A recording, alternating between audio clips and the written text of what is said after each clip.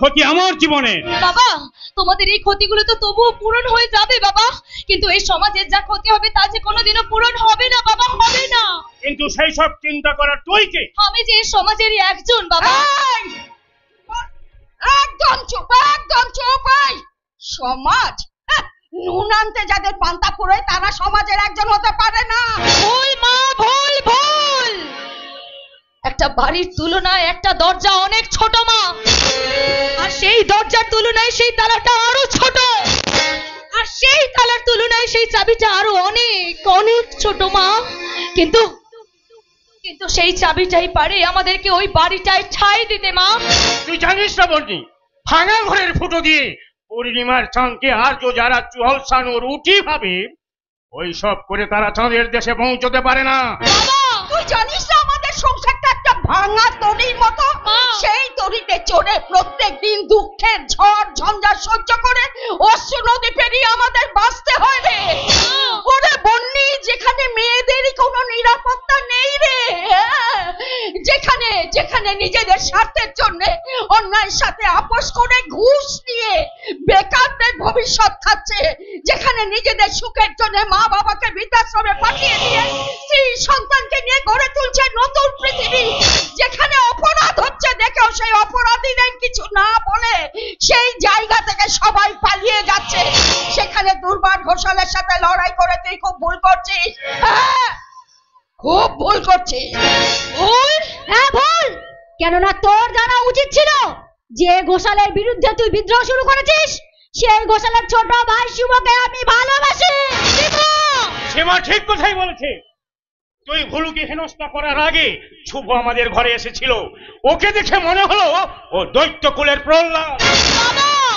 বাবা যাই বলুক না কেন, আমি বলছি তুই দুর্বার ঘোষালের বিরুদ্ধে কোনো প্রতিবাদ করবি না।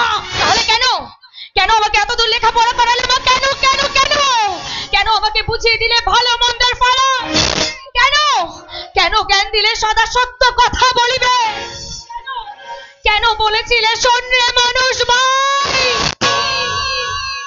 সবার উপরে মানুষ সত্য, তাহার উপরে নাই। হ্যাঁ মা, আমিও পারতাম সীমার মতো অর্ধনগ্ন পোশাক পরে ওই ভুলের মতো মানুষের মাথা ঘুরিয়ে দিতে, করতাম না কোনো কাজের প্রতিবাদ। তোমরা যদি আমাকে কলকাতায় রেখে লেখাপড়া, নাচ গান, খেলাধুলা, ক্যারাটে না শেখাতে, তাহলে আমি এলাকার আর 5টা মেয়ের মতো অত্যাচারিত হয়ে এমনকি খুন হয়ে শিমুলপুরে শেষ হয়ে যেতাম। শেষ হবে না বলেই তো তোকে আমি স্কুল থেকে কলেজে পাঠিয়েছি, সারাদিন অক্লান্ত পরিশ্রম করে তোকে আমি বড় করেছি। দিনান্তে হয়তো একবেলা আমাদের ভাতও জোটেনি না, তবু আমরা দুজনে মিলে তোদের সমস্ত কিছু চাহিদা পূরণ করেছি। কিন্তু বড় হয়েছে তোরা যে খেলা শুরু করেছে, সেই খেলায় আমরা কেউই বাঁচবো না, কেউ না, কেউ না। না বাবা না, এই খেলার জন্য আমি দায়ী নই, দায়ী এই বন্যে। সীমা, তুই আমাকে চল মারলি। হ্যাঁ মারলাম, আর যদি তুই আমার বোন না হতিস না, তাহলে পায়ের জুতোটা খুলে তোর গালে বসিয়ে দিতাম। লোকের গায়ে হাত থেকে তুলে সাহসটা খুব বেড়ে গেছে, তাই না? আজ আমি তোকে শেষ করে দেবো রে, শেষ করে দেবো।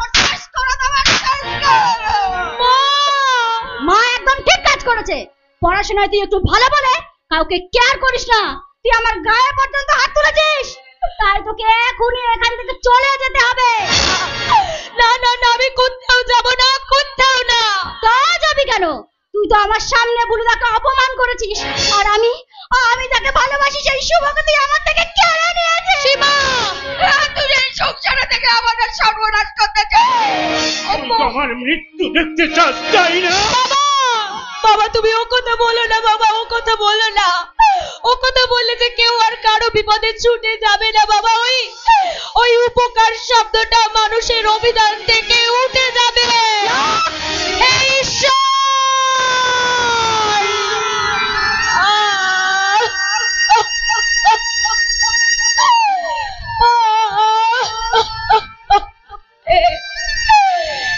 তুই আমাকে কি শোনালে ঈশ্বর, কি শোনালে? মানুষের এত উপকার করার পরেও যখন আমাকে এই কথা শুনতে হলো তখন তুমি আমাকে মৃত্যু দাও ঈশ্বর, তুমি আমাকে মৃত্যু দাও। পণ্ডিত না বাবা না, আমি